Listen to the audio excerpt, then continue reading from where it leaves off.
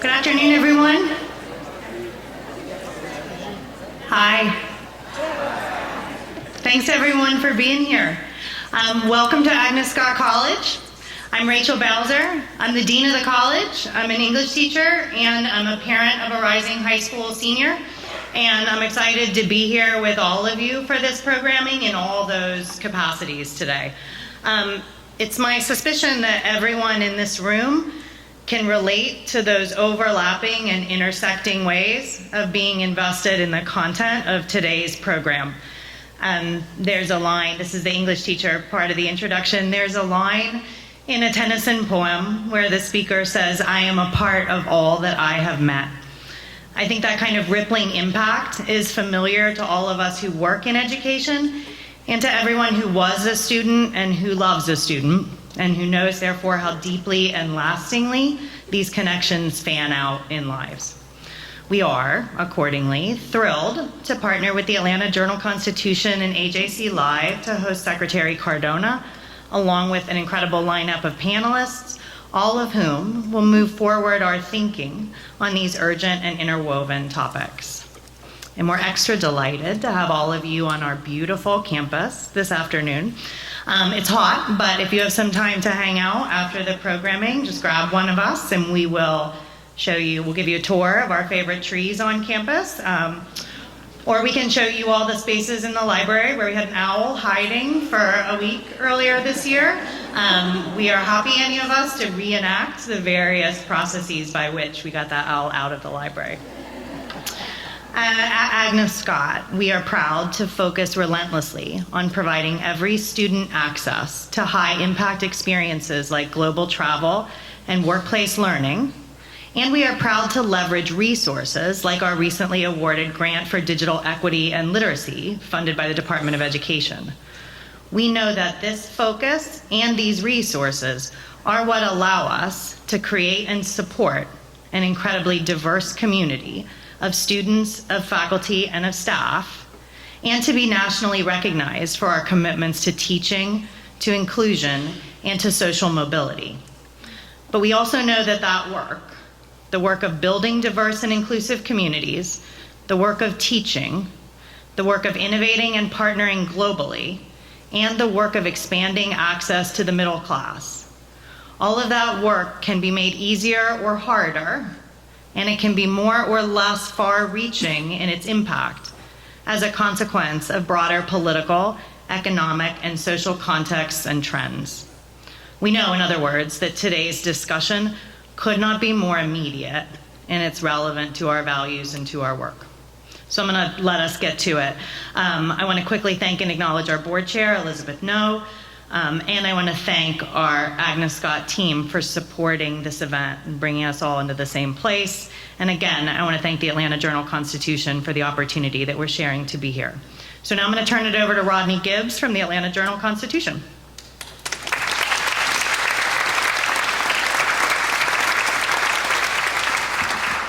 Hello.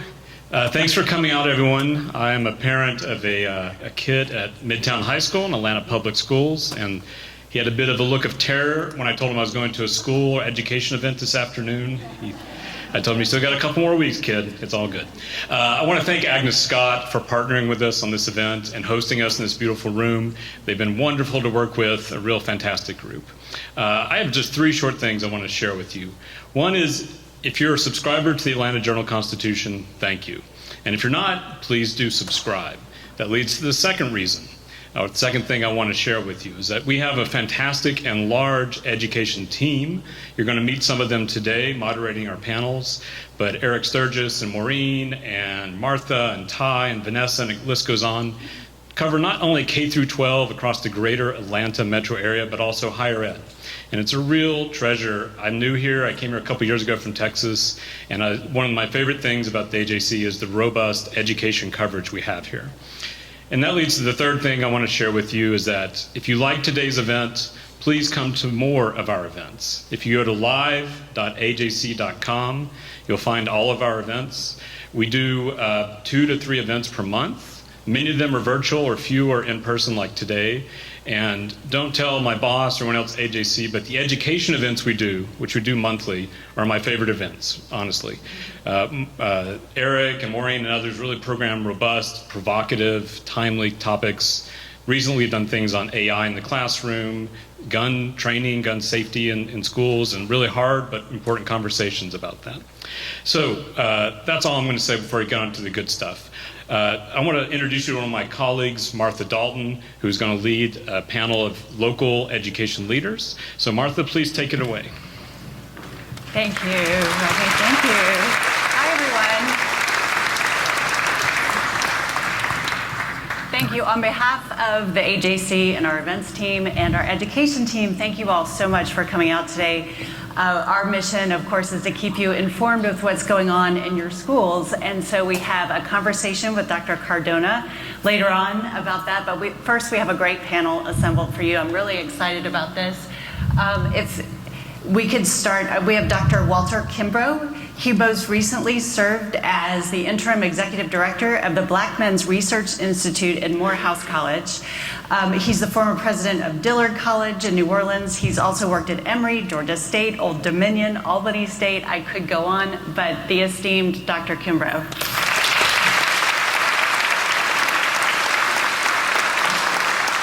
Dr. Matthew Bodie is an associate professor of rhetoric and composition at the University of North Georgia.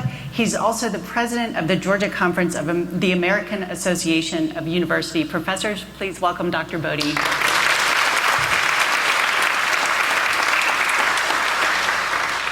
And Tracy Nance has taught in Chicago Public Schools, Atlanta Public Schools, mentored staff, tutored students at the Greene County Boys and Girls Club, and is teaching a graduate class on student data at Mount Holyoke College. She's also the 2020-21 Teacher of the Year for Georgia. And just to give you context about that award, Georgia has 180 school districts.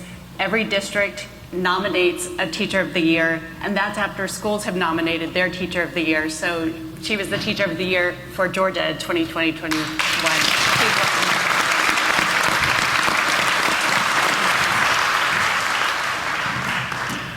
So we have two big topics to get through, so I'm going to put on my teacher voice and say we've got to get going, class, because we've got a lot to do today. There were two recent Supreme Court decisions that we want to talk about. The first is the court essentially struck down race-conscious admissions in schools. There were a few carve-outs. There's an exemption for military schools. And colleges can consider an applicant's discussion of how race has affected his or her life, in other words, through an essay most likely. I want to start with Dr. Kimbrough because as the AJC has reported, the president of Morehouse, Dr. Thomas, has said that he expects, as a result of this decision, applications at not just Morehouse but HBCUs in general to skyrocket. And I would like to hear from you on what you think the effect of that will be for HBCUs like Morehouse. Right, so I think there's going to be a range of things that happen, and it'll happen over time.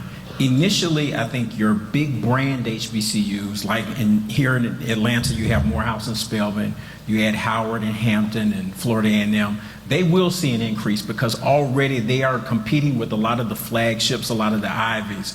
So they'll see some of that initially. The question will be, will it trickle down to some of the lesser known institutions? And I don't know that because really for a lot of college students, they're really looking at urban areas. So even if you're an HBCU in some rural part of South Carolina, that doesn't necessarily mean you're going to get a flood of applications.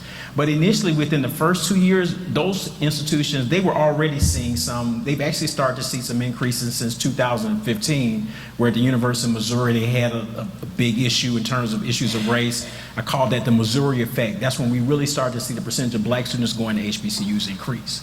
So we'll see that initially, but I think in about 5 to 7 years, you'll see another push because as a part of this affirmative action decision, they're ending offices like multicultural affairs, minority affairs, and so now you're going to have fewer black students who are going to have experiences that aren't welcoming, and they're going to start to tell their peers, No, you don't want to come here. So it'll be interesting. I'm in a situation, I have a rising high school senior, and so she's going to be the first group to sort of go through this. And so as a parent, I'm going to watch this play out too. So you'll see some of that. Some places will have more than they can handle, and they'll sort of trickle down, but how far it trickles down, we don't know yet.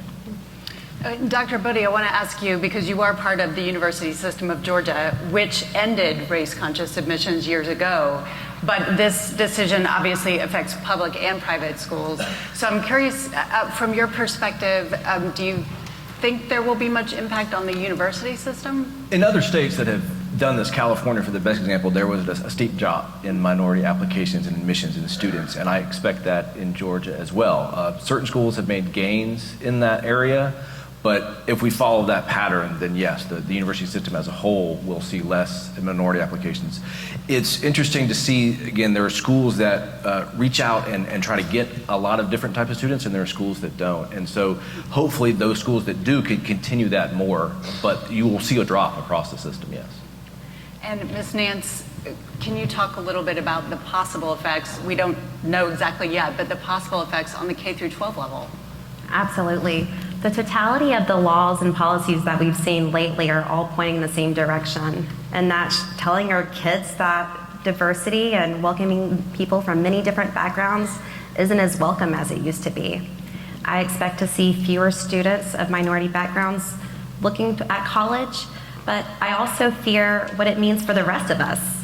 Research has been very, very clear that regardless of the skin that you're born into, collaborating and learning how to work with and learning critical thinking skills in community with people of many different backgrounds makes us all better.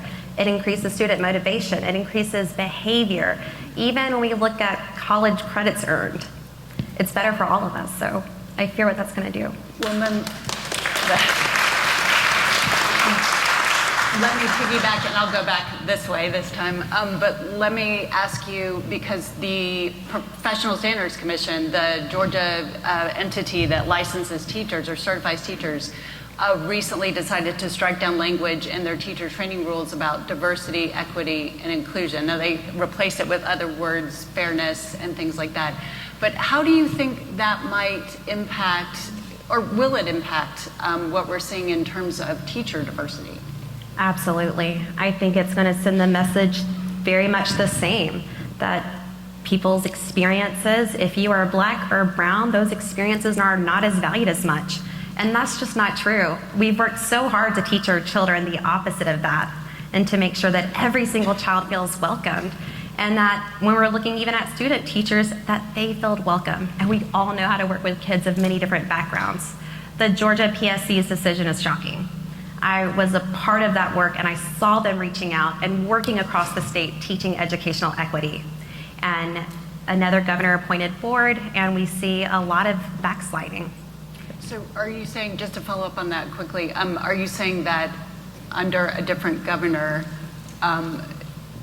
you saw different results, or you saw different maybe attitudes toward diversity? Under our current governor, what we saw on the state school board in June of 2021 was approving a resolution on teaching on race, essentially banning what they've called divisive concepts.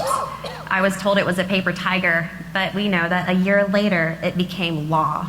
And so what I'm thinking right now, and many coalitions across our state, is that looking at the Georgia PSC's removal of diversity and equity terms, it's just another precedent moving towards policies that we may see this upcoming season. And how do you think it could affect the university system? Well, diversity on college campuses starts well before admissions. It starts in K through 12, and particularly as an English professor who teaches English education people, the pool to teachers is really important to me. So people who don't want to become teachers because they hear all these bad things that are happening, or people who don't want to go into more service professions that are in the public eye because of all these things. I think that if you read the most recent letter from the university system to the lieutenant governor about the DEI funding. Millions of dollars are spent recruiting and helping students of all colors and all races support themselves and graduate. But there are haves and haves not in the system. And so many big schools are doing that well. Some small schools are not doing it at all. And I think that that gap will widen They just don't have the budget or focus on other things. But particularly, I think at the public HBCUs, some of them will do that more, and some of them will do that less, and the gap will continue to widen. I just think that the university system as a whole will see quite drastic changes in the types of schools that it has, or the types of students that it has on campus. And I want to sort of explain a little bit about what you were saying about the lieutenant governor. He had requested from the chancellor, the university system chancellor, sort of an audit in a way of how much money we're spending on DEI, Right. and they sent a lot of information there and listed all the schools. But DEI is not just diversity, equity, inclusion; is also other things that promote all types of students. We're talking about first-generation students. We're talking about veteran students. We're talking about religious students, or students that have a religious aspect. So it is not just DEI that all that money goes to, and I think that's what the university system wants the lieutenant governor and the public to know. It isn't just about race. Race is one part of it. And Dr. Kimbrough, I know you wrote an editorial for us about that specifically. Would you mind weighing in? Yeah, I mean, the issue is we're just seeing this all across the country, that folks are just trying to get rid of everything that has any kind of sense of diversity. And that was my issue with what the lieutenant governor did here and other places, to say, well, send us the budget. How much money are we spending on this? And I always told my colleagues who are HBCU presidents, you should just send them your entire budget. Just send the whole thing. Because you have to understand the history of, I mean, I graduated from the University of Georgia. University of Georgia was integrated by court order in 1961. So my father couldn't go to the University of Georgia, I could. And that was part of our history. We have to deal with that. In 1903 in Albany, Georgia, Joseph Winthrop Holly started the school that became Albany State University. So it was a part of that. So you can't say, Albany State, tell me how much money you're spending on DEI. Everything they've had to do was a part of that history, and it continues today. So that just becomes part of the issue, that we're pulling people apart and trying to hurt people and institutions, and that, I think that's going to create some additional challenges for all of us. The other thing I will say with this is that we become very particular about the kinds of people of color, and particularly African Americans, that we want to have. If we want to get rid of all of these, programs that help students in terms of diversity, let's include athletics too.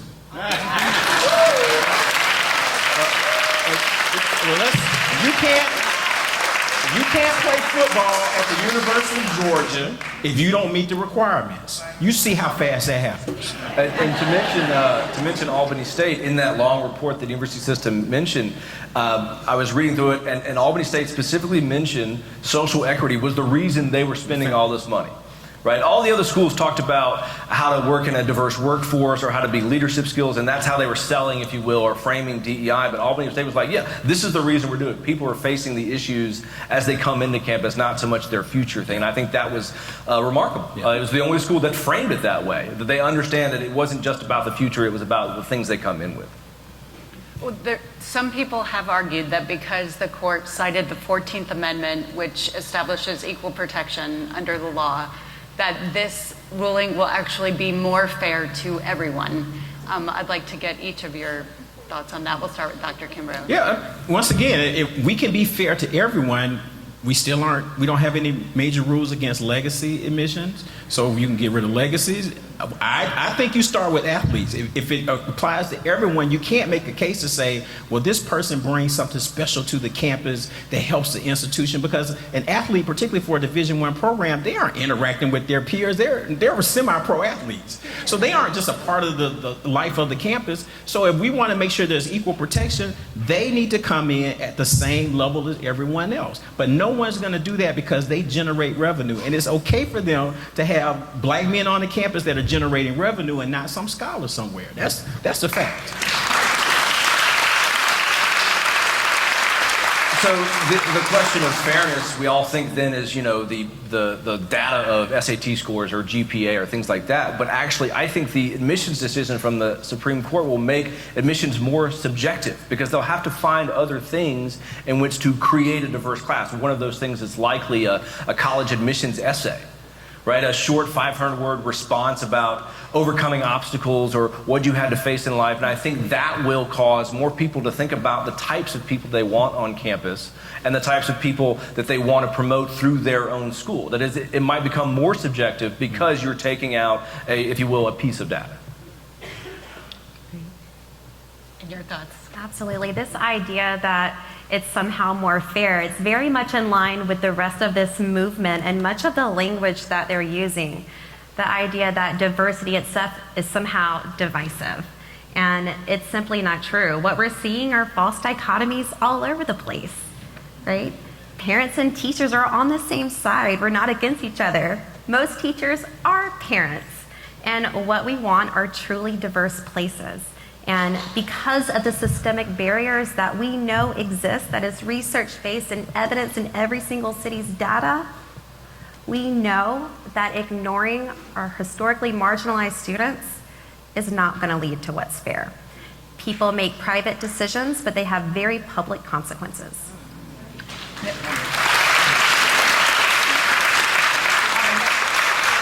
Part of what was argued in court is that, and this case, of course, was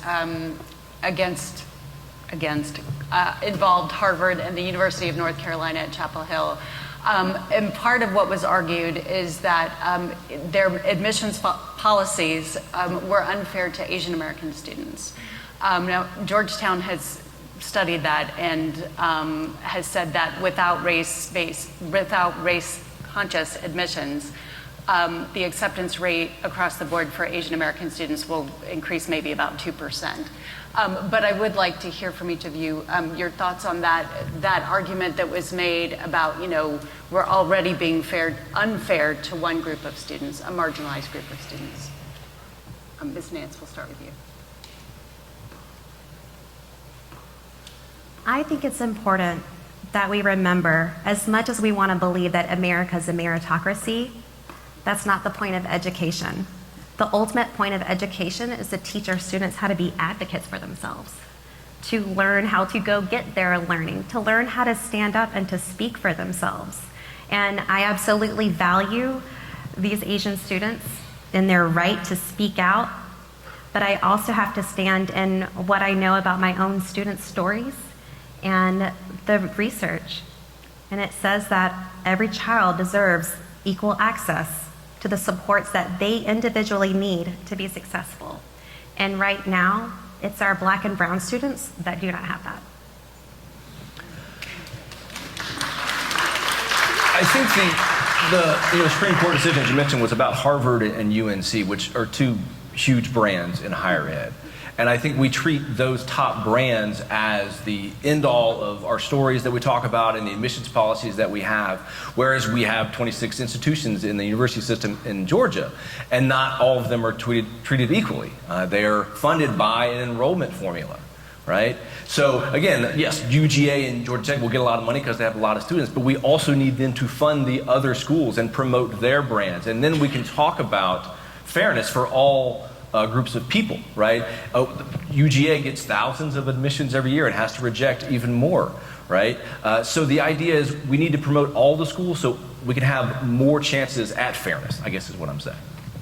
Yeah, and I would just add, I think part of the challenge I have with this is that this has been a strategic attempt to pit people of color against each other. Because when you look at the numbers, there are many more legacy admits than there are black students at Harvard. It's not even close. So why didn't you go after the legacy admits?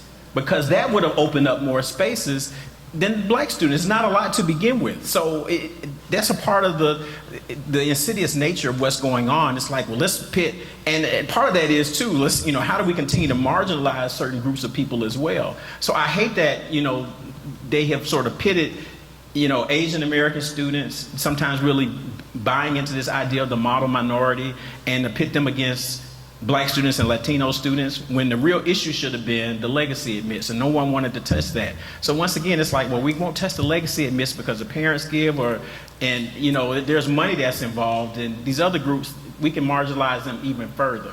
So that's a part that people have to understand that. That's not where the opportunity to really have more opportunities for Asian students would be legacy admits. And people, that's why there's now a new lawsuit to go after the legacy admits, to say, okay, we're gonna get rid of this, let's go after the biggest pie, and let's see what happens. So that will be the interesting lawsuit to watch next. And quickly, last question on this, because we do have to sort of keep things moving.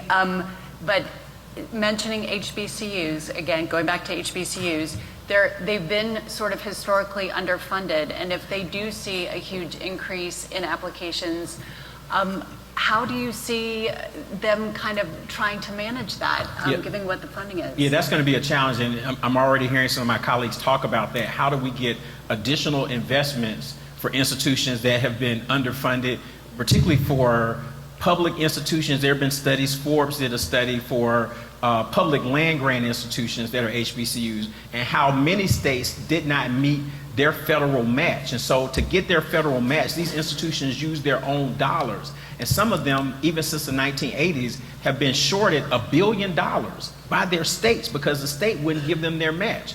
So there has to be now a renewed interest to say, how do we have equitable funding for those institutions when they see the surge of students? So that'll be the next part of it as well. But it's going to bring up this legacy of inequity in terms of funding and deliberate attempts by states not to fully fund their HBCUs. Dr. Bodie, do you have thoughts about how that could play out in Georgia? Man, that enrollment formula for the university system is of particular importance, and I think that the system recognizes that because it underfunds the non-big brands. And so we're going to have to advocate for higher education as a public good, not just enrollment for individual students, like they're trying to do with K through 12, is take money of individual students and move them to a private school. That same thing could happen at higher ed. We need a public good argument. And Ms. Nance, do you see it having an effect on students in the K through 12 system who are trying to prepare for college and figure out where they're going to go, what schools, would be the best fit for them? Absolutely. I think parents are smart, and we're invested in our kids, and we're paying attention. And in this world, we know that our country is more diverse than it's ever been before. And even more, the skills that future employers and colleges want are largely soft skills: collaboration, communication, right? Critical thinking. And we want our kids to get all of that.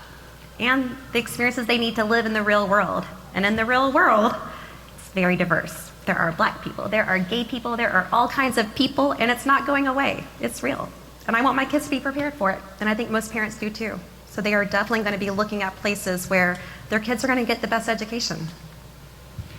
And I apologize for having to make sort of an abrupt shift, but we need to sort of keep pace here. So we'll move along to the second decision on student loan debt relief. The court ruled that President Biden and Secretary Cardona, who's here today, do not have the authority to forgive $10,000 to $20,000 in debt per borrower for millions of student borrowers. In the opinion, Chief Justice Roberts, in his opinion, said that the president had tried to rewrite the law. Then on Friday, the Biden administration announced it's eliminating $39 billion in federal student loan debt by fixing some of the mistakes made by the loan servicers that collect payments on behalf of the government. So there has been this big decision striking down the plan to relieve a lot of debt, but then a plan from the administration to come in and try to eliminate it or adjust it for some people. Dr. Bodie, I'll start with you. Thoughts on the court's ruling and then the president's action? I understand how the president got at the idea we want to forgive all these loans and why we should do it, because the student loan debt is a heavy burden for all people, particularly minorities. I'm not a lawyer. I'm not going to disagree with the Supreme Court in terms of their arguments, but I will say we need to look at forgiving loans or finding out how to pay tuition for students. In the state of Georgia, the numbers or the percentage of amount of money we spent on higher education has plummeted, not since 2008 with the recession, but even before that. That is, the state is paying less and less for an education that we should be giving to all. I had student loans as an undergraduate. I'm a graduate of a high school in Georgia, and I paid them off. And yet I'm still asking the government to help other people pay them off, because the degree that you got in the 1970s or 1980s costs less than the degree that they're getting now, even though it's the same degree. That is, it is unfair that they're having to pay more for the same degree.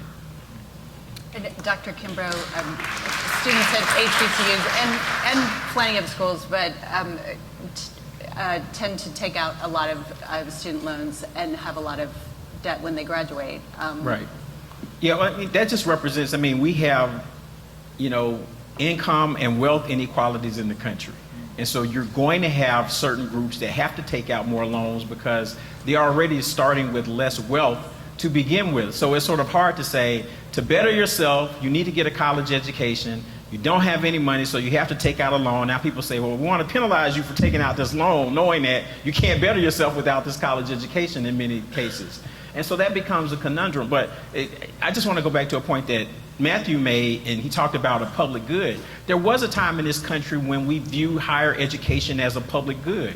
When you had the GI Bill, that was a major investment into that. But what happened is that as America became more diverse, and you can look at a lot of graphs for different states, as the schools, the K through 12 schools became more diverse, the public investment in education dropped. And there's a direct correlation. So it's gone now from a public good to a private good. And we started to see this when Reagan was elected governor of California. He's the first to really start talking about private good. And then he federalized it when he became president. So now you hear a lot of people say, education, that's a private good, that's for you. But 50 years ago, 55 years ago, it was like education is a public good. So that has changed. And the reason it's changed is because America has become more diverse. But those people who are making laws in this country still look a certain way, and they can't relate to those students. There was a lawmaker in Arizona that said, well, those kids don't need education. Those kids. So he meant students of color. And so Arizona is a great example. If you look at the charts, their public investment in education has dropped because Arizona is a very diverse state. And the lawmakers aren't diverse. So they're just like, those kids don't look like me. Those aren't my grandkids. So they need to get it on their own. That's what's happened. And we don't have honest conversations about why we don't view education anymore as a public good. It's because the public looks different. And we don't want to invest in that public. And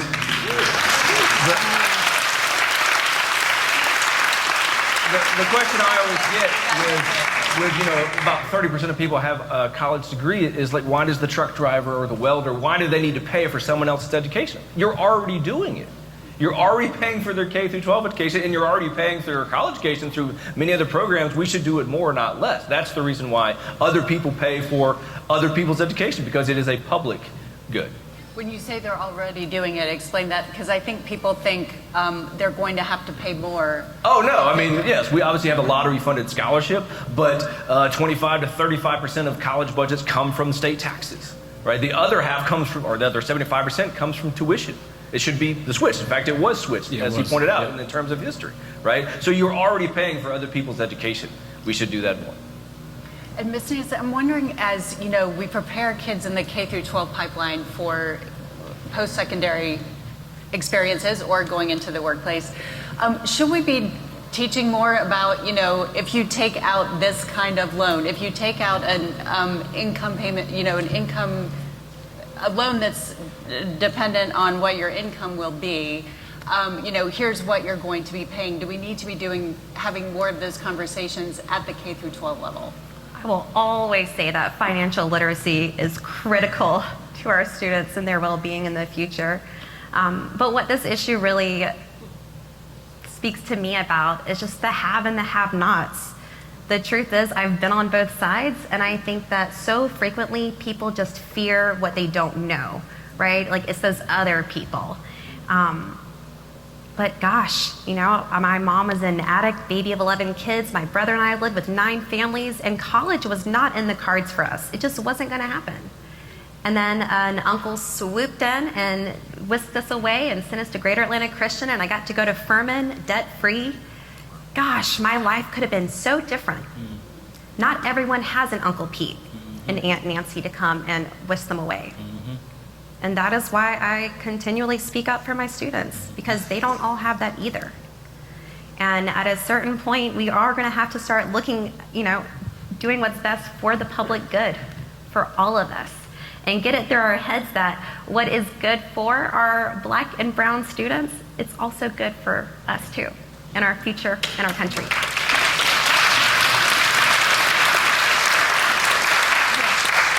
So there is an argument out there that,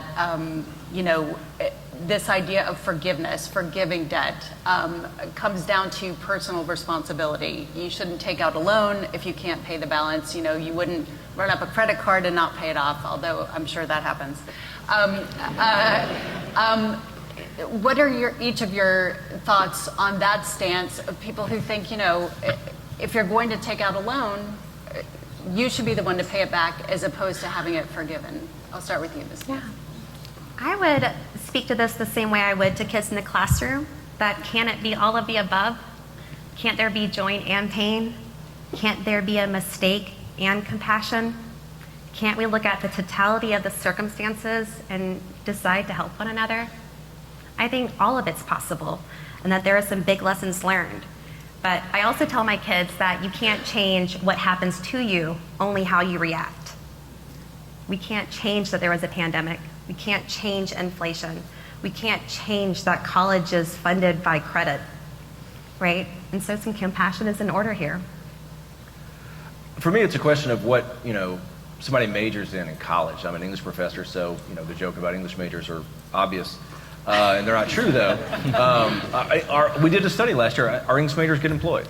There's not one particular job an English major goes into, like nursing, and everybody wants to go into a job or a major that's going to at least have that comfortable income where they can pay off their loans, right? But the idea that we should not forgive loans because they majored in the wrong thing, which is what the UK Prime Minister announced today. They're kneecapping higher ed and eliminating majors that don't come out with job prospects enough, whatever that means, right? And I'm suggesting that we have this myth that certain majors don't get employed. That's just not true, right? They have to work at it, and they have to understand what their skills are, and they have to find a way in which they can operate in certain marketplaces. But we have majors, and they do get employed, right? We don't just have English classes to sit around and talk about literature, right? But I do think, though, that there's a reason why we ask all students to take a general education or a core curriculum. That isn't part of their major, and every student asks, why am I taking this class? And we need to answer that question better. Because higher education or education in general should be a public good. You should have to be forced to learn about all these other things, and we should pay you to learn about all these things. Yes, get your major, get your degree, get your job, but also there's a reason why education is not just job training.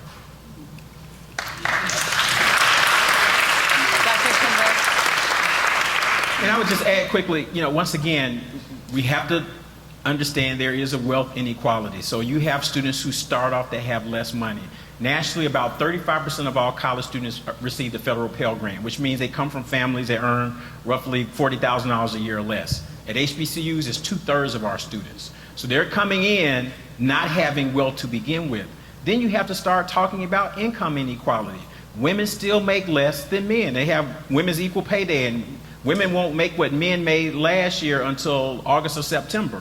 So you have a penalty for being a woman or being African American or being Latino. So you start off with less money, you have to borrow more money, and then it takes you longer to pay it off because you're making less money for doing the same work. And so none of that is fair. None of it is. And so that's why we have to look at other ways to balance the playing field, and loan forgiveness is important. I mentioned the GI Bill. When they first offered the GI Bill and families were able to build up wealth, African Americans couldn't use it. That wasn't fair. So all these things add to this wealth gap that you have. And now people are saying, well, it's not fair if you get your loan paid off. Well, it wasn't fair that the GI Bill didn't allow someone's grandparents to develop wealth and equity in their homes that they could pass down to their kids. They don't have anything to pass down to them. So those are the things I think we have to really consider. But we have to have the deep conversations about income and wealth inequality, because those are the drivers for some of the issues with loans. And people say, well, just pay your loan back. Well, pay everybody what they should be making, regardless of gender or race. Then they can pay the loan back. They did. I hate to say that we're out of time because I feel like we're just getting going, but thank you, Dr. Walter Kimbrough, Dr. Matthew Bodie, Ms. Tracy Nance. Please give them a hand.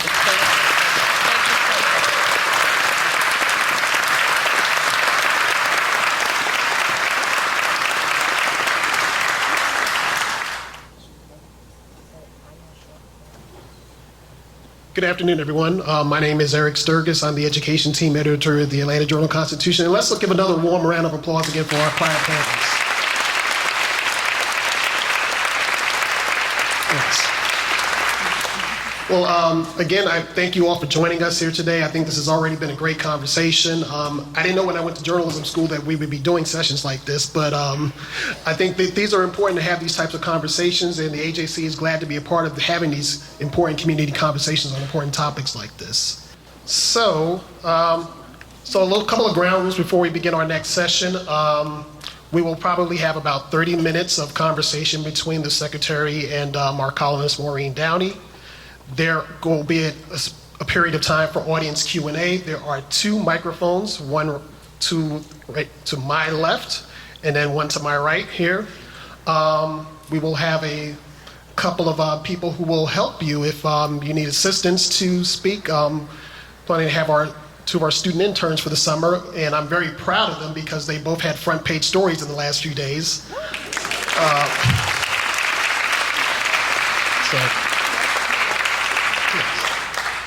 And then after that, there will be a reception hosted by Agnes Scott College, so please stick around for that.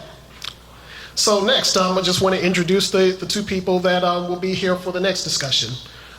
First is Maureen Downey. Maureen just asked me to just introduce her as an education reporter, but she is so much more than that.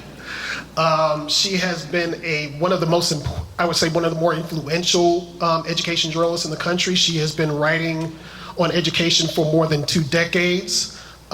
She is, I get to edit her, and it's a great experience. And sometimes, it's hard to keep up with Maureen because she has so many great ideas, and I think just thinks so wonderfully about education.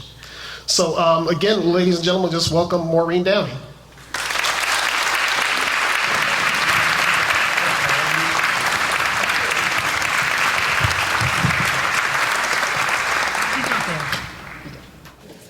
Secretary Cardona. How are you? Good to see you. How's it going? Good to see you. How you doing? Welcome. Thank you. Good to be here. I planned this 90-degree weather for you, so you feel like Washington. That's right. I'm going to start right in because this is a very attentive and informed audience. Good. They know a lot, and so to start with, believe it or not, here in Georgia, 17 days from today, we start school in some districts. Wow. Most of them between 17 and 21 days. We've had dismal NAEP data coming out this summer. We had the NWEA study coming out last week about math and reading skills, where they warn that, in fact, they didn't gain much ground last year. There was even some backsliding. We've had some dramatic recommendations. Tom Kane of Harvard suggesting a 5th year of high school, extended day, extended year. People are suggesting that we can't do, normal will not work according to these education advocates. So to all the Georgia educators going back in 17 days, what is your message to them about this issue? Thank you, Maureen. And first of all, thank you for having me. I want to thank AJC. I want to thank Agnes Scott College President Zach for having me. And to the educators in the room, thank you for what you do for our students, for our communities, and for our country. I can't think of a more important time to serve as an educator. Now, to your question, look, the fact that our students are performing at the level that they're performing in this country should raise an alarm. It should make us be concerned about going back to a system that allowed us to predict success based on race and place. Before the pandemic, achievement disparities were 20, 30 points across the country. Since we started collecting data, we've normalized that as a country. I borrow the words of Dr. Pedro Noguera, who talked about a normalization of failure. The pandemic made it worse, without question. And yes, we have our work cut out in front of us. We cannot go back to the same system we had before and expect different results. That's my message overall. Now, what does that look like? I think we know we have to evolve, but I think the process to get there needs to also involve our educators, our parents, and it needs to be all hands on deck around what education should look like. We have millions of careers coming in this country that I don't think we're preparing our students for.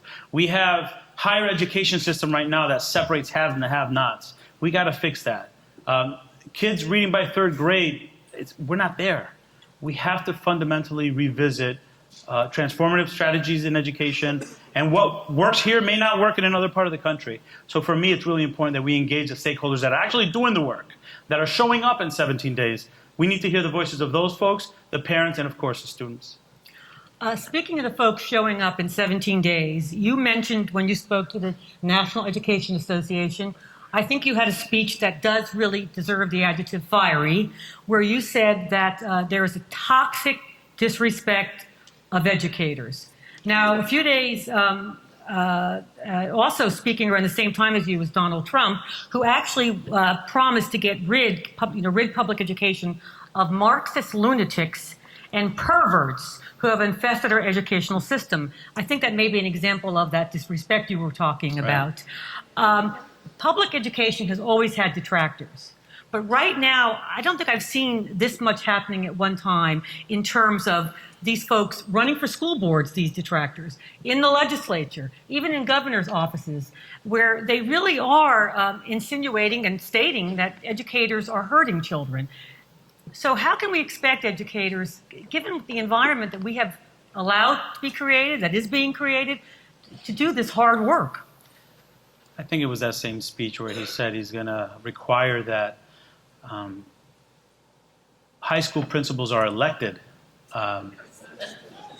Yeah, that makes a lot of sense. I'm sure the public school that his children went to, that's what they did. Look, yes, and again, to the educators in the room, it's time. Look, I feel pretty passionate about us controlling the narrative. I think for far too long in this profession, and I say this respectfully, I'm a teacher. I didn't spend a lot of time in D.C. before I became secretary. A lot of people have mistaken our selflessness for submission.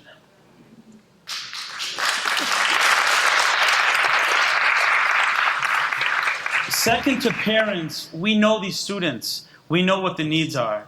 And I struggle when I see outsiders trying to privatize education, slow playing, I could give you stories, slow playing the use of the ARP dollars when their kids can't read. Slow playing it so public schools look like they're a mess so they could sell the private option. That's what's happening across the country. We're not talking about it. In education, it's almost like we've normalized martyrdom. No, it's okay to say teachers should be making a competitive salary because that's good for kids. But educators are vilified when they say we need to invest in our public schools. I just got off the phone with my team a little while ago. I'm preparing a response to a request of Republicans of cutting Title I by 80%. Like, look, we need to reclaim our authority as experts in the profession of education. We need to do that. And what's happening across the country is some are looking to gain political points because it puts them on a radar. To say the most outlandish thing, about 3 or 4 candidates have already said they're gonna do away with the Department of Education. The former secretary is paying her own billions of dollars to privatize millions of dollars to privatize education. That's what we're up against. That's what our kids are up against. It's time we stand up for public education, because if it wasn't for that local public school that I had in my neighborhood, I wouldn't be sitting here as Secretary of Education.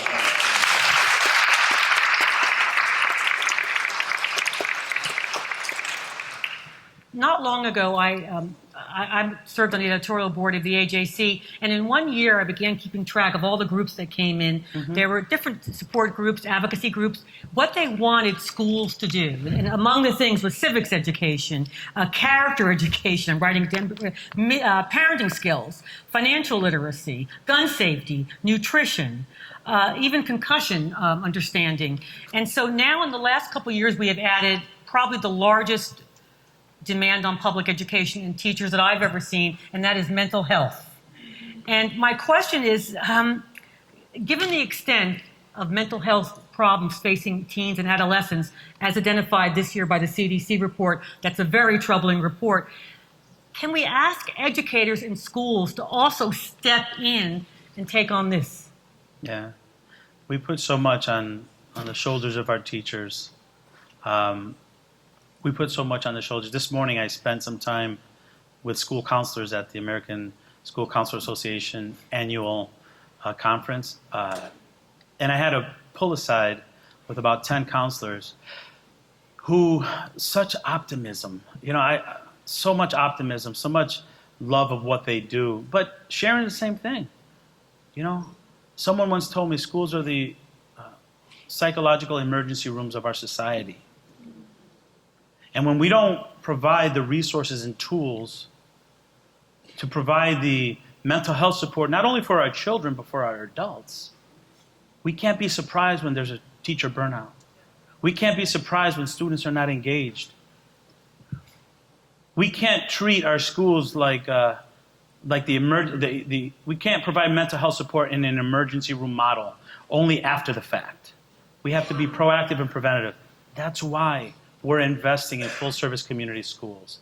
That's why we put more money in than any other administration in mental health supports. That's why the Bipartisan Safer Communities Act puts $2 billion toward mental health. That's why $130 billion in the American Rescue Plan dollars were aimed at reopening schools safely, getting our literacy and numeracy numbers up, and providing mental health supports. We have some that want to claw back $31 billion when we know that in the last 3 years, 1 in 3 high school girls has contemplated suicide. When 1 in 5 LGBTQ students has attempted suicide in the last 3 years. And we're going to go back to the same system that we had in 2019. We're failing our kids if we do that. I said this morning, we fought COVID for 2 years. For the next 2 years, we need to be fighting complacency. Let's not go back to the same systems that we had, or we're going to get the same results. So that sounds nice, right? But what does it mean? I'm going to sit up here because now I'm getting a little warmed up. What does that mean? It means with the $2 billion in VISCA that we're providing professional learning opportunities for teachers to learn about trauma-informed schools. It means that we're investing in full-service community schools so parents feel welcome, accepted, and seen. That we're giving teachers professional development on how to support students that have experienced trauma. You've heard of the ACE model, right? There's so many different strategies out there, but we're telling our teachers, I'm going to give you a 30-minute staff meeting, and now you're going to be an expert. Or we're using some of those dollars to hire folks who are providing better ratios. The school counselor that I talked to today, the ratios are over 400 students to 1 counselor. What are you going to get with that? We're kidding ourselves if we think that system is designed to support the students of today. I'm really proud of some of the things we've done. For those of you that are education leaders, district leaders, you know what I'm talking about, Medicaid reimbursement for our schools. Well, we just finished something with the Health and Human Services Department because the president looked at Javier Becerra, the secretary there, and me, said, fix it. When he says something like that at the White House and he's looking at you got to do it, right? So what we ended up doing is we made the process a lot simpler to get Medicaid reimbursement for mental health and behavioral health services in our schools. So now, that's a big deal. So now the question is, let's say a state gets $5 million in reimbursement. Is that money going to go to get more social workers or to put a football field down? We need to focus on making sure that the stuff that's happening is having the impact on the students that need it the most. So I can get specific all day. I don't want to just talk in top lines. There are strategies that are working. I visited 43 states in the last 2 years. There are strategies that are working. We need to replicate that, but we need to be unified around making sure mental health support is a foundational support that we provide in our schools, just like we do reading, just like we do math, just like we provide lunches. Is anything working in Georgia of note in your mind? Look, I've been to Georgia several times, and yes, the community school model. I'm seeing amazing career pathways. I wish I could bottle what I'm seeing here in Atlanta around career pathways and talk to superintendents around the country, around economic development, right? I was talking to Sonny Perdue earlier today, and we were chatting a little bit about how to connect the dots with the higher education.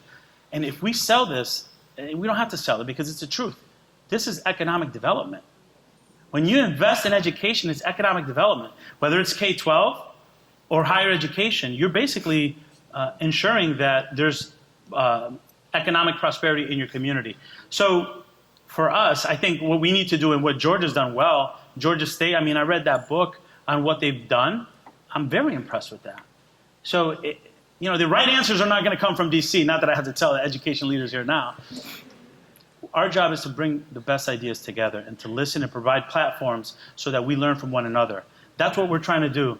Tomorrow, next week, we're bringing together the first national summit on educational opportunity to let college presidents talk to other college presidents about how they're going to promote diversity despite the wrong decision of affirmative action by the Supreme Court. Our job is to bring people together and learn from one another. And there's no better time right now to be an educational leader than right now. And I know for the folks that are in the crowd, it's tough. It's stressful. Things that we would never imagine are happening. But how blessed are we that we're serving at this time when they need us the most? Yeah. I see you're getting affirmation from the APS superintendent, Dr. Harris. Yeah. But I think it's a kind of a grim time, quite frankly. I am stunned that we have a teacher in Cobb fighting for her job because she read the award-winning children's book, My Shadow is Purple. I'm astounded that our Georgia Professional Service Standards Commission is wasting its time scrubbing the word diversity, social justice, equity, inclusion terms from our teacher prep materials because it's all capitulation to the political campaigns, maneuvers. I can't imagine that you don't find this discouraging because it's almost hard to believe it's happening. It sounds like a parody. It's frustrating. It's frustrating. But as a Latino growing up in public school, at least they're saying it out loud now.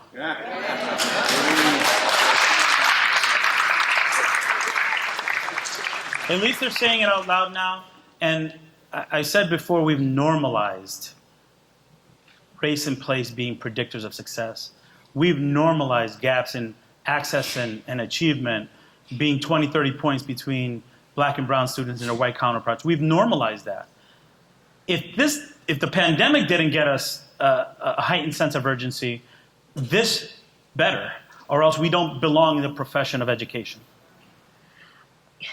I think that is easy to say, and I like that you're saying it, but I also think that teachers and even principals are in a tough spot because they have school boards that, in fact, this noisy minority of crazy parents, let me just say it that way, this noisy minority is getting some traction. And let's speak about school leadership. I've been disappointed in school principal reactions, that they pull a teacher in for one email from a parent. And I've been disappointed in school boards and certainly in some superintendents who just want to, they give into this because they don't want crowds at their meeting. They don't want Moms for Liberty at their meeting. So what's your advice to those folks who are saying the political headaches are too much? I'm going to sidestep this. Yeah. I may lose a teacher or two. So we are all on a continuum, an individual continuum. And I'll speak for myself. On one side of the continuum is protecting the status quo, staying safe. I call those people status quoitions. Protect the status quo, don't make noise, don't make changes. On the other side of the continuum, the opposite extreme, is a kamikaze, where you believe in something so much you're going to die with that cause. I've talked to leaders, superintendents, college presidents, state chiefs that are at all different levels of the continuum. And my message to them is the same message I'm going to tell you. Are you moving in the right direction? Are you fighting for what you believe? When you go to bed at night, are you feeling like this is what I signed up for? I mean it when I say this is the best time to lead. I didn't say it was the easiest time.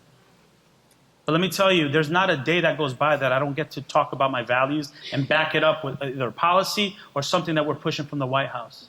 Whether that's affirmative action, student debt relief, college accountability, increasing Title I dollars, ensuring mental health supports are there.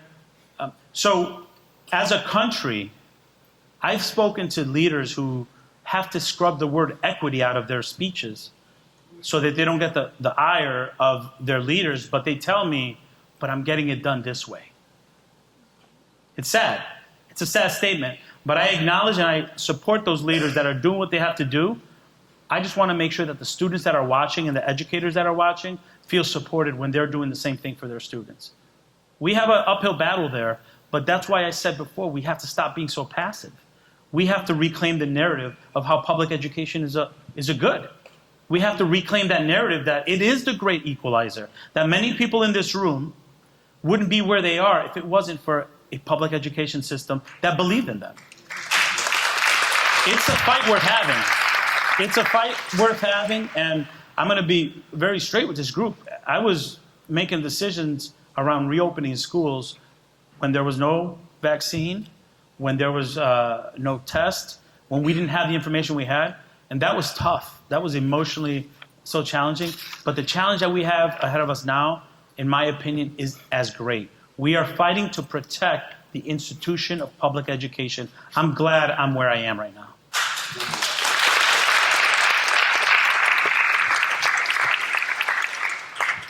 When I was getting my graduate degree in journalism, I did an internship at a New York paper, and I got my first hate mail. And I went to my professor and I said, "Look at this email." Actually, the letter. "Look at this letter I got." And he said, "Expect hate mail in your career. You'll get a lot of it." Should we be telling teachers that now? Because teachers are basically being accused of liberal indoctrination of their students, all sorts of Machiavellian plans that they're doing to take over their students. And I'm just wondering, I don't know we've ever said to teachers, at least in their teacher prep, people are really not going to like you. I mean, that's something new, because people used to like teachers. Right. We have to keep it in perspective, though. It's a vocal minority, very vocal. Teachers, by and large, have a wonderful relationship with families, are connected to their kids, and the institution of public schools and the classroom and the school principal, people love their kid's teacher. People love the kid's principal. So let's not just look at the loud few and assume that that's happening all over the place. In the last 2.5 years, I've seen teachers shape lives. I've seen teachers save lives. That's not getting the headline because that's not as sexy. But every single day, teachers are out there, school principals are out there doing the right thing, giving students opportunity, tapping them on the shoulder, especially these last 3 years, where kids were coming back from the pandemic shook. It was the teachers, the principals, the paraeducators, school counselors that got them back on track. You know how many colleges would have been closed right now if it weren't for the educational leaders that made the right decision about helping kids with tuition so that they can come back to school despite not having income? I'm proud of those stories. And I think, again, we need to lift up what's working in education. And to your question about should we be telling teachers, I mean, look, social media is social media. People are very bold behind when they got Twitter fingers. They get brave, that's fine. It's par for the course. Par for the course. My focus is, are we going to spend our energy there, or are we going to spend our energy on what we need to do to help our kids succeed? That's just the reality. We have to support our teachers by telling them, you do the right thing. This is what we're focusing on. Stay true to your values and remember who you're there for. And most teachers could see past that, but they do need support, especially because they're making 27% less than people with other degrees in other professions, and we have a shortage. In Georgia, we're fighting the voucher battle every year. Did not pass this year. It'll certainly be back next year. How would you suggest a state like Georgia, which is in fact a Republican governor, a Republican legislature, how would you fight vouchers, which I thought they were dead a few years ago, and now they've roared back in several states. How would you advise Georgia to fight vouchers? Here they go under different names. Yeah. They have all sorts of proxies. We call them scholarships in some states. That sounds nice, scholarship. Look, just be honest. Be transparent. We have the responsibility. You want to talk about parents' rights? We have the responsibility to give parents honest information about what's going to happen. If we start taking public dollars and funding private schools, what's going to happen to our neighborhood school? You think the library is decimated now? What's going to happen when instead of having 30% of your teachers are substitutes, when 70% of your teachers are substitutes? You think your reading scores are going to go up or down? Let's be honest. Let's paint a picture. And instead of being on defense, let's talk about what we do with our public dollars. How the money does go to provide support, wraparound supports for students, tutoring. how it does provide Title I dollars help kids who are struggling to read get back up, children with IEPs get the support that they need, create a school climate where every student is accepted regardless of their background or who their parents love. You know, we need to be selling the virtues of public education and be honest about it. But we have to be very clear, too, about what the impact would be if we start to privatize schools. Just like I'm going to be very honest with folks across the country now, that if we do these cuts that they're proposing right now to take back $31 billion of ARP dollars, then that means less social workers, less school counselors, less reading teachers, less support for schools at a time where our kids are underperforming. I struggle with that because, when kids are reading at 30%, nobody looks at it. But now when they want to politicize it and talk about that's the reason why I want to do private schools, yeah, they're reading that way because for the last 20 years, you haven't invested in education. You've been cutting. So my message is that we have to be clear with families, we have to paint the picture, and we have to make sure we're lifting up their voices as well. You know, when we talk about the defunding of public school, the lack of support for public school, so much of it seems to be racist in nature to me. And it's hard to talk about that in Georgia because people don't like it. They don't like to hear that. This is good. This is good. But isn't it time to call it for what it is? Because I feel like we've danced around it, but maybe it's time now, as Dr. Kimbrough said in his op-ed for us, let's talk about what this really is going on. I missed your session. I wish I was here for that. How you doing? So, yeah, I mean, these targeted book bans in Florida, AP curriculum, that's basically to try to get your profile up, picking on black curriculum. Come on. Amanda Gorman's not good for kids? Please. Toni Morrison? A book on Roberto Clemente? Come on. So let's be honest. Again, we have the responsibility to be open and honest. Yeah, it is. It is based on, in my opinion, many places on race. And if we don't use our energy to come together to talk about how it's helping all kids, then we're all going to fail. So this idea of go to vouchers, who's going to benefit from vouchers? The kids that have the parents that are pushing the hardest, high-performing kids. Which kids are not going to be let into those schools? Kids with IEPs, kids that have emotional needs, right? Kids that have challenge learning. They're not going to get the same education. So we have to be honest what it is. Because of the Hatch Act, I can't go any deeper than that, but you know what I'm saying. I'm wondering how we win this, though, because it seems to me, an education advocate once said to me, the problem is that people don't want an equal playing field for all kids. They want their kids to have an advantage over other kids.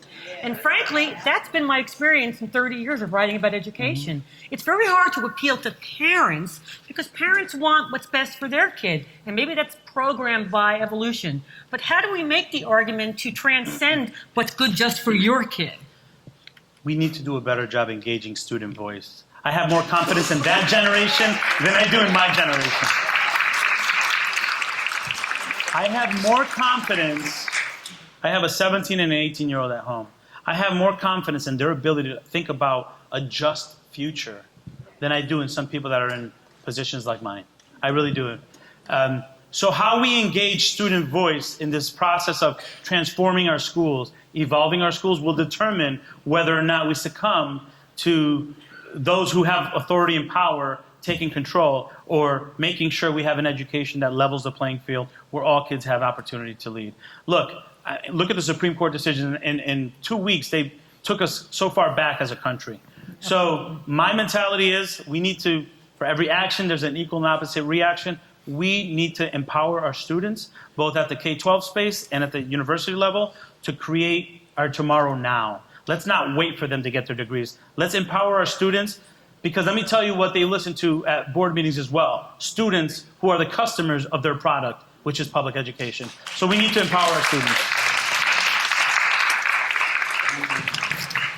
We're going to take questions now, and I think there are 2 mics there, and we need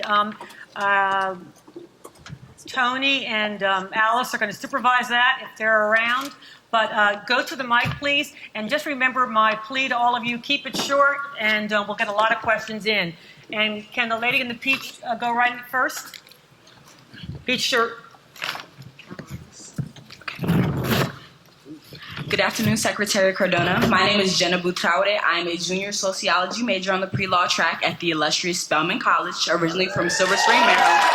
Thank you. And fortunately, as you just mentioned, I'm here to be the student voice that you just spoke about, and I actually have 2 questions for you, but I promise they're brief. I promise. So my first one is, as we know, there's a major housing crisis across the nation for college students, but more specifically in the Atlanta metro area, targeting the Georgia State students, Georgia Tech, and all the Atlanta University students as well. So what plans, if you have any, are there to tackle the students that are already struggling to pay tuition alone, who now have to take on multiple jobs to pay $1,500 per bed, because Atlanta landlords are exploiting our crisis for profit, all while juggling school in and of itself and trying to invest in their future? Thank you. Thank you for that question. That's why we need student voice, right? These questions have to be asked. Look, at the federal level, we recognize how important, thank you, how important it is to look at the whole student, right? So tuition is not enough. Books is not enough. Housing is an issue. I remember I visited a school, I think it was in Seattle, where I was talking to this student, an adult learner, and I found out later he was homeless. And the university used the American Rescue Plan dollars to help subsidize housing. But to answer more generically, we're investing in Pell. We're investing in Pell. We went up $900 in Pell in 2 years, which is more than any 2-year period before. And the president's committed to doubling Pell, which could be used for housing, could be used for books, for food. We recognize that higher education is too expensive. Thank you. Higher education is too expensive now anyway, and whatever we can do to defray some of those costs that are real will allow more people to go to college. We are also working with the Secretary Fudge in housing to see how we can work together to make sure that housing patterns support students who are trying to go to school and make ends meet. Thank you for the question. Thank you. I'm sorry, we have to stop just because of all the people behind you. I'm sorry. Thank you. This side, please. Thank you for your question, though. Oh, I wanted to hear it. Good afternoon, Secretary. My name is Janine Lewis. Good to see you again. I serve as Mayor Andre Dickens' Senior Policy Advisor for Youth Development and Education. My question is, with school starting in Georgia in the next couple of weeks, what can we do to ensure that those selection criteria at the elementary level regarding gifted testing and high achiever testing, different districts call it different things, but we know that tracking starts very early. And we also know that our school districts will be challenged as far as allocating resources for those counselors that might have been DEI-founded counselors that will go and find that student who has potential. What can we do to ensure that our school districts are supported, even though the federal policy may not be in place, but Right. that we are still able to put those wraparound academic services in place at the elementary school level so that we are not seeing 10 years from now the unfortunate impact of this Supreme Court ruling? Sure. Thank you for that question. And you're absolutely right. You got to start early. Look, be very crystal clear with your values. All children deserve an opportunity to engage, whether it's in gifted programming or, that sometimes the tools that we use are biased and don't always pick the students. Because I could tell you right now, some of the most talented kids that I've met in my education career are students that maybe didn't understand English well, but were extremely gifted in other areas. So be very clear on your intention, collect data, and if the data doesn't reflect the beautiful diversity of the community in the number of students that are selected, then have the administrators that are deciding explain why some students are more talented than others. Help me understand that, because I don't get it. So using data to make sure that the outcomes reflect the diversity in that community. I think those are certain ways to do it. Be very intentional and deliberate about communicating the importance that all students have access to that. And then just build coalitions with all families. Every parent wants the best for their kid. So it doesn't have to be a divisive issue if parents of 4 or 5-year-olds recognize that it is important for diversity, for all kids to get that. I think we have to start early. We have to be proactive in creating our narrative, creating a message, creating alliances, because once we're defending, it's too late. Now we have division in our community. So let's be bold, unapologetic about our strategies, and use data to show either, yes, we're doing it well, or your program is biased because it's only picking certain students to get the success. And you just got to be open and honest about it. That's strong leadership. That's what we need now. But thank you. Thank you for the Open and question. honest. This Thank side, you. please. Send my best to the mayor. Secretary Cardona, Hi. thank you for being here. Thank you for your service, and thank you for this opportunity. It's one that we don't often get. My name is Katha Stewart, and I have the privilege of serving on the Fulton County Board of Education. We have about 90,000 students. I was very pleased to hear you say that you talked to Sonny Perdue this morning. I hope a part of that conversation was how he plans to prepare the teachers that are in the education system now, to the higher ed students, to be prepared to teach our kids, especially in Georgia, now that we have the mandate of using the science of reading, which we in Fulton County are all behind. We used our ARP and ESSER dollars for that purpose. But we need for the teachers who are coming out of higher ed to be prepared to teach in that method. So, but you've mentioned some interesting funding comments with regard to Title I. That scared me.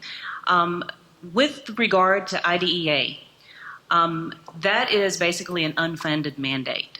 That is the mandates of what we have to do for our students with disabilities. We are all for that mandate. Any students with disabilities deserve to get the education, the services that they need. By law, the federal government is supposed to give us 40% of those funds. They are currently funding that at less than 20%. Mm-hmm. In a district our size, we spend over $100 million on the IDEA mandates, and we receive less than $20 million for that. So I'd like to see you all address that in some fashion. That's something that a lot of people have no idea about, but it's money being taken away from the other students. It's significant. It's significant. And I want to just say, first of all, thank you for your service. Folks on the Board of Education don't get as much credit as they deserve. You are really policymakers for our next generation. And I know many across the country do it for free. It's a volunteer thing. So I want to say thank you for your service. And we need to invest in our boards as well. Talk about being frontliners with all the divisive. Thank you for your service. You're absolutely right. IDEA has not been funded the way it should be. I think we're at like 14%, and we're trying to climb it back up. There are commitments to increase it, but it's still not hitting where it's supposed to be. You're absolutely right on that. And we will continue to make that commitment. I know we provide special education funding or funding for students with disabilities in different ways, but you're absolutely right. Being at 14% and going to 40%, that's a huge jump, and that requires both sides to really double down on their commitment to that. Thank you for sharing that. Thank you. Okay, this side. And folks, long lines for questions, so please keep them short so we can get as many in as possible. Sir? Thank you, Secretary, for taking my question. Chris Harden. I work at a major pediatric hospital here in Atlanta, and we serve all 180 school districts in the state of Georgia. And my question is, our kids have health conditions, and they miss so many days out of school. It's not if they miss school, it's when they're going to miss school. And the issue that we're having is they are not able to keep up, and they are lacking academic, also emotional, because they are missing so many days out of school. How do we serve this? It's a small population, but how do we make sure that we keep them on point academically and emotionally, and keeping up with their peers? Thank you. Thank you for the question. Let me really quickly go back to that other question because I didn't answer. So I believe in order for us to really meet our students where they are, our high teacher preparation programs and our K-12 schools need to be partnering. We need to make the profession where people want to go, and we need to end the days of free student teaching or free internships. We need to make sure that we're having apprenticeships in the profession to attract more people in it and to make sure that they're making a couple dollars. That's one thing that we're trying to do. We're at 17 states now. So boards of education, state boards of education, we could use your help there. I'd love to partner with you on that. Sir, your point is a good one.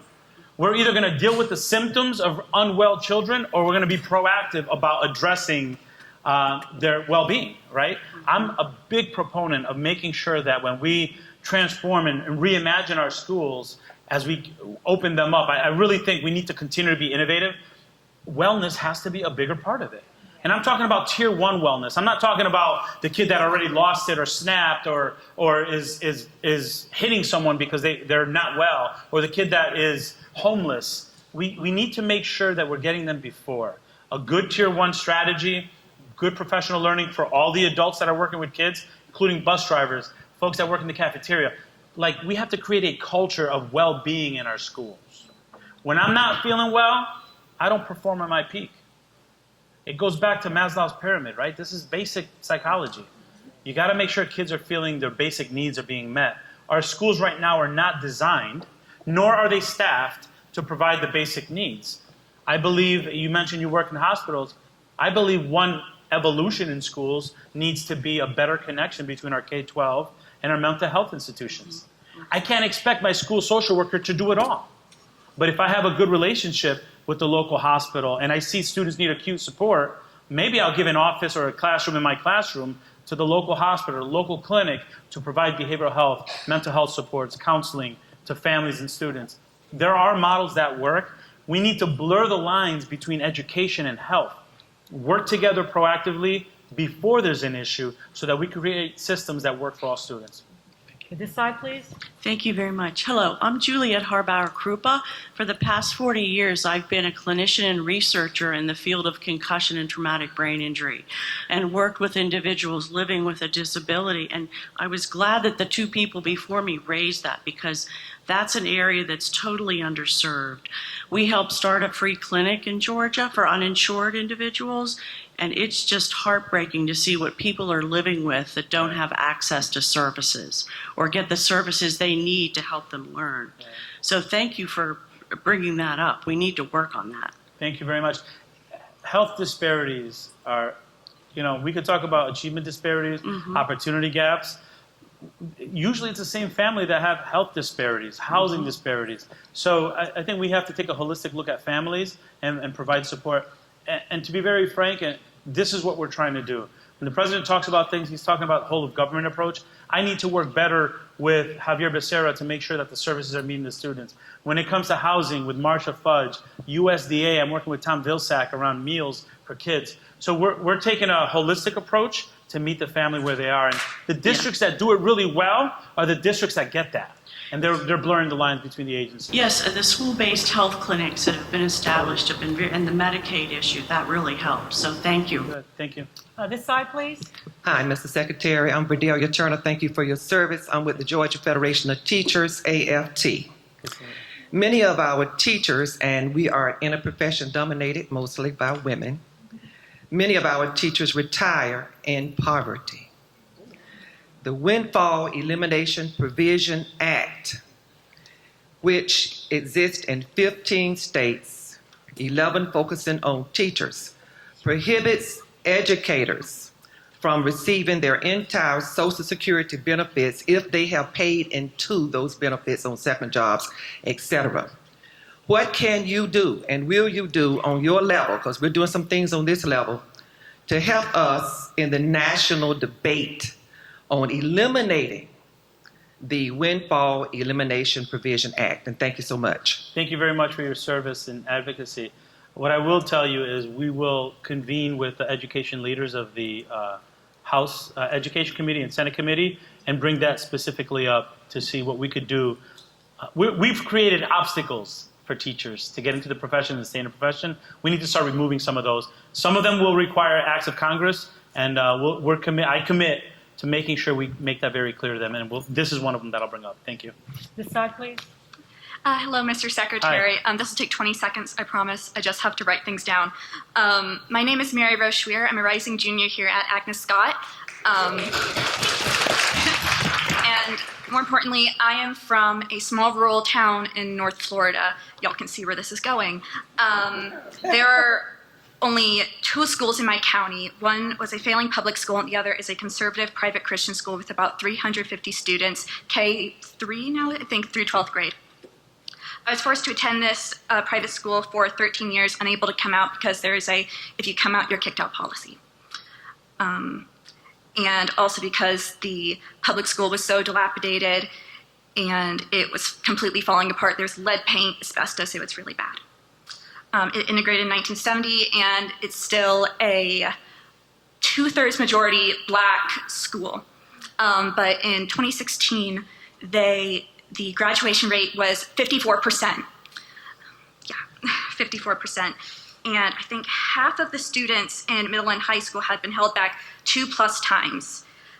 In 2015, citizens wrote a 36-page long letter, including over 250 signatures to the then government, and Republican Rick Scott pleading for help.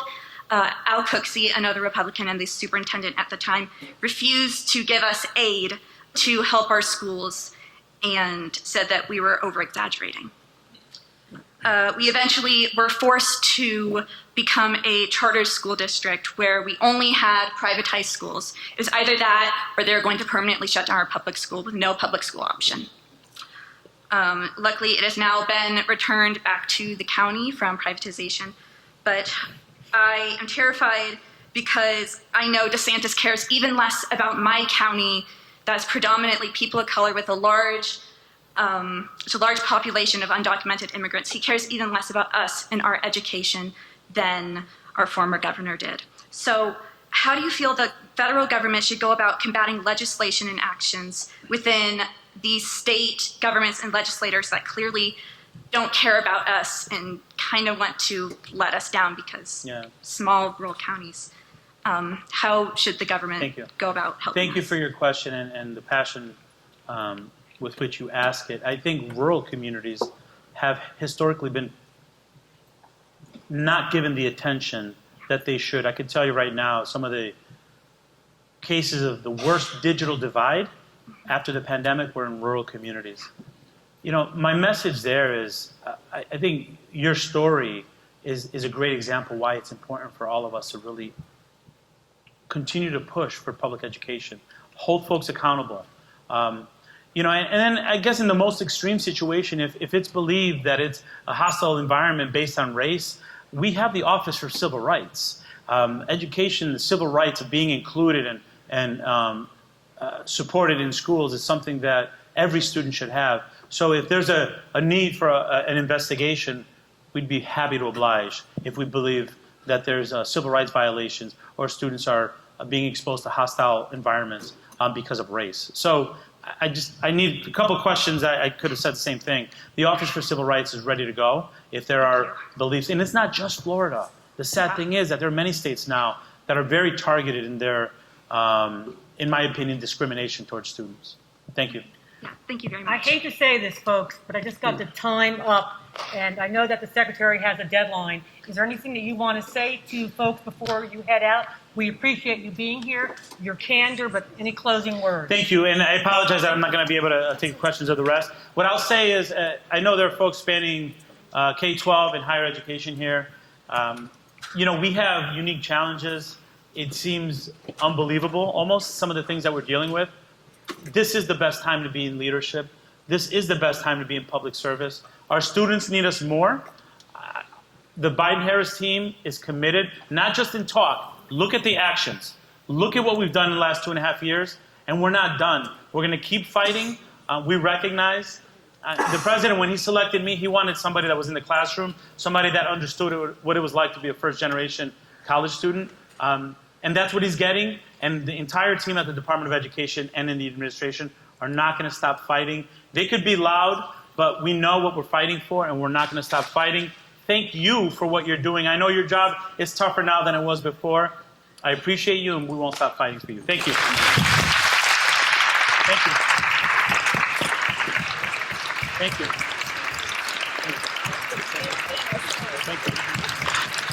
Thank you.